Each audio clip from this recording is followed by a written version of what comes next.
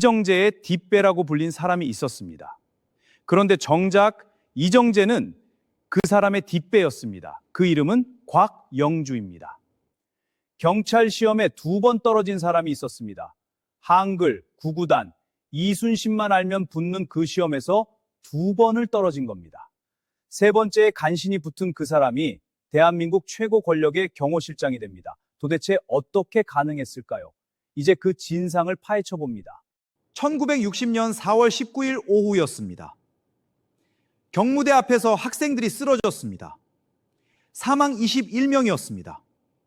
그 발포 명령을 내린 사람이 바로 곽영주였습니다. 이 이야기는 여기서 끝나지 않습니다. 그가 쏜 총알은 19년을 돌아서 결국 박정희를 향하게 됩니다. 오늘 그 전말을 처음부터 말씀드리겠습니다. 1924년 경기도 이천에서 태어났습니다. 이정재, 유지광과 같은 고향이었습니다. 이천 3인방으로 불렸습니다. 유지광과는 이천 소학교 동창이었습니다. 학력은 중졸이었습니다. 경성 공립직업학교 기계과를 마쳤습니다. 일본군에 자원 입대해 하사관인 군조까지 올랐습니다. 해방 후 서울로 올라와 경찰관이 되기로 결심했습니다. 경찰 시험에 2번이나 떨어졌습니다. 이정재의 도움으로 3번째 간신히 수도경찰학교에 들어갔습니다. 수도경교 생도감으로 근무를 시작했습니다. 바로 그 자리에서 운명이 바뀝니다. 어느 날 이승만이 수도경찰학교를 시찰하러 왔습니다. 곽영주가 사열 구령을 붙이는 바로 그 자리였습니다. 건강하고 당당한 모습에 서구적인 외모와 우렁찬 목소리였습니다. 이승만의 눈이 광영주 앞에서 멈춰 섰습니다. 이승만이 이름을 물었습니다. 곽영주가 대답했습니다. 곽영주라 하옵니다. 대통령 각하라고 말했습니다. 곽영주의 하옵니다 한마디로 어떻게 됩니까? 바로 그 어투가 이승만을 흔들었습니다. 그렇다면 이승만은 처음부터 곽영주를 쓰려 했던 겁니까? 아닙니다. 그 자리에서 즉흥적으로 이승만이 결정한 겁니다. 각하는 이 나라 최고 어른이십니다. 그러므로 하옵니다가 마땅한 줄로 아옵니다. 그렇게 대답했습니다. 왕족의 후예를 자처하던 이승만은 그 궁중어투에 완전히 매료됐습니다. 그날로 경무대 경호원으로 특채됐습니다. 이후 곽영주의 승진은 전례가 없었습니다. 경위에서 경무관까지 단 7년이었습니다. 총경에서 경무관 올라가는데 보통 7년이 걸립니다. 곽영주도 딱 7년이었습니다. 1956년 경무대 경찰서장에 임명됐습니다. 경사에서 경무관 5계급 특진이었습니다. 군으로 치면 상사에서 주장으로 한 번에 올라간 겁니다. 전례 없는 일이었습니다. 사람들은 말했습니다. 나는 새도 떨어뜨린다고. 부부 통령이라고 세간에서 불렸습니다. 그런데 부인 신옥균 씨는 그 말을 달리 들었습니다. 남편 사격 솜씨가 뛰어나구나라고 알아들었다고 합니다.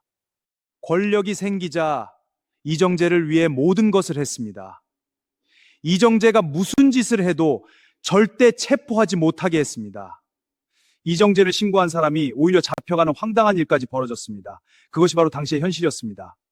이정재의 든든한 백 덕분에 전국의 주먹패들이 이정재에게 몰려들었습니다. 그렇게 동대문파가 드디어 결성됐습니다. 이정재를 국회의원으로 만들기 위해 권력을 수없이 남용했습니다.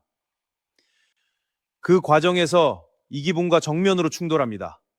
이기붕이 경찰을 동원해 동대문파 조직들을 전부 잡아들였습니다. 곽영주도 막지 못했습니다. 곽영주는 결국 이정재를 설득해 선거구를 양보하게 만들었습니다. 이정재는 망연자실, 이기붕을 원망하며 주먹계를 떠났습니다. 이정재를 왜 끝까지 못 지켰습니까? 이기붕은 이승만의 사람이었습니다. 곽영주도 그 선은 넘을 수 없었습니다. 이기붕과 곽영주의 차이는 무엇입니까?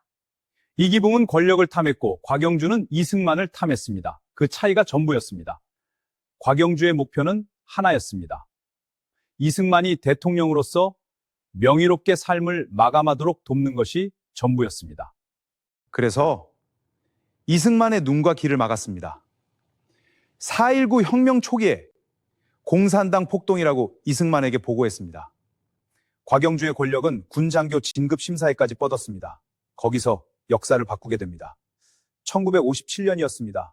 군의 실세, 박정희 소장 진급 심사가 열렸습니다. 찬성 18표, 기권 2표, 반대 2표였습니다. 무난히 통과되는 분위기였습니다. 그때 곽영주가 나타났습니다. 남로당 경력과 이혼 경력을 들고 반대했습니다. 무소불위의 곽영주가 반대하자 진급이 계류됐습니다. 결국 간신히 통과됐습니다. 그로부터 3년 후였습니다. 박정희가 5.16 군사정변으로 권력을 잡게 됩니다. 사형 확인서에 서명한 사람이 박정희였습니다. 그 이름에 곽영주가 적혀 있었습니다. 1960년 4월 18일이었습니다. 귀교하던 고려대 학생들이 100여 명의 괴한에게 집단 폭행을 당했습니다. 학생들이 중경상을 입었습니다. 취재하던 기자 10여 명도 부상을 입었습니다. 곽영주가 동원한 괴한들이었습니다. 이것이 바로 4.19 하루 전날 밤에 벌어진 일이었습니다. 그리고 다음 날이 왔습니다. 1960년 4월 19일 오후 1시 30분이었습니다. 경무대 앞 시위대와 경찰의 간격은 불과 10m였습니다. 곽영주가 손에 권총을 들었습니다. 경찰관들에게 시위대를 겨냥해 총을 발사하라고 미친 듯이 외쳤습니다. 총성이 울렸습니다. 경무대 앞에서만 사망 21명에 부상자 172명이었습니다. 그날을 역사는 피해 화요일이라고 부릅니다. 가장 피로 물든 하루로 기록됐습니다. 이승만이 하야 압박을 받기 시작했습니다. 4월 26일 학생 대표 유일라가 경무대에서 이승만을 만났습니다. 각하께서 하야하시는 길만이 나라를 구하는 길입니다. 이승만이 반문했습니다. 뭘 하라고? 이승만이 하야라는 말을 알아듣지 못한 겁니다.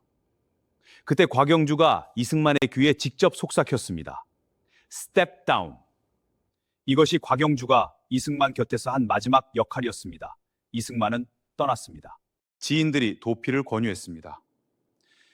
곽영주는 거절했습니다. 나는 죄가 없으므로 도망갈 이유가 없다고 했습니다.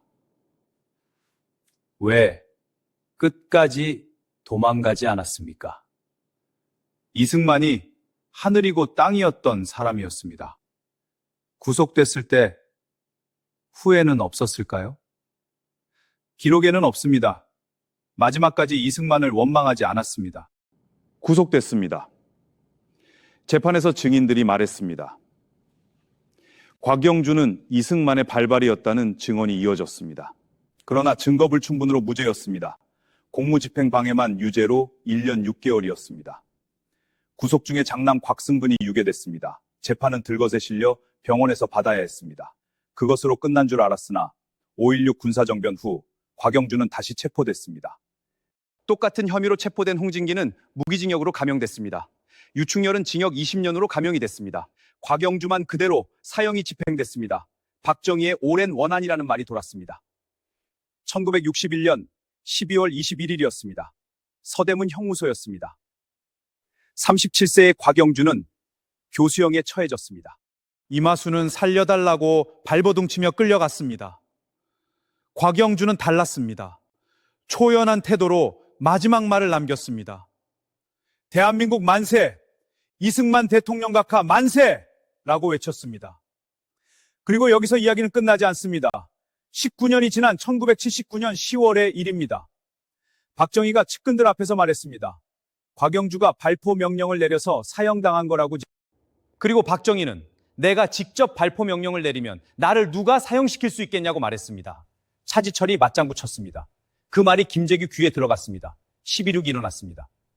곽영주가 쏜 총알이 19년을 돌아서 박정희에게 닿았습니다. 역사는 직선이 아닙니다. 대한민국 평범한 어느 집 손자가 이렇게 말했다고 합니다.